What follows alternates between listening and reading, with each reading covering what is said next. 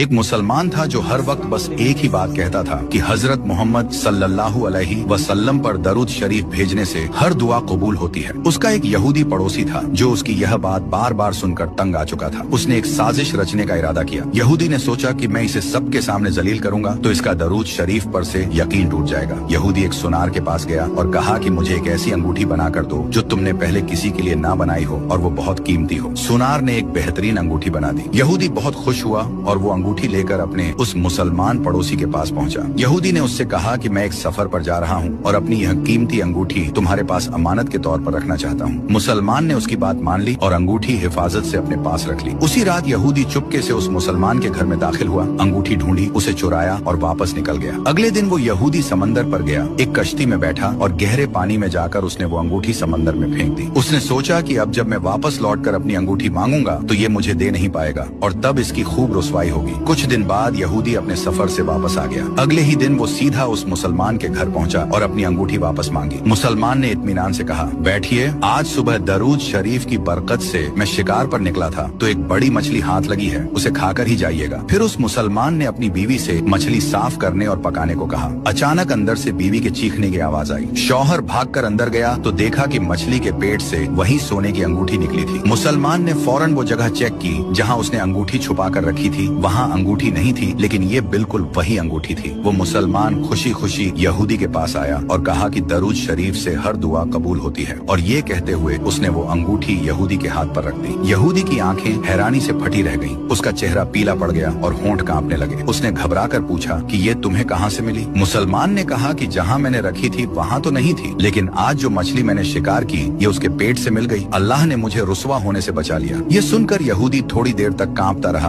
और फिर फूट फूट कर रोने लगा। मुसलमान उसे हैरानी से देख रहा था। यहूदी ने कहा कि मुझे गुस्ल करने की जगह दिखाओ। वो गुस्ल करके बाहर आया और फौरन कलमा पढ़ने लगा। दोनों की आंखों में आंसू थे। मुसलमान उसे कलमा पढ़ा रहा था और वो पढ़ रहा था। जब उसकी हालत कुछ संभली तो मुसलमान ने इस सब की वजह पूछी। तब उस नए मुसलमान ने अपनी साजिश, चोरी और अंगूठी समंदर में फेंकने का सारा किस्सा उसे सच सच सुना दिया। ये सुनकर मुसलमान के आंसू बहने लगे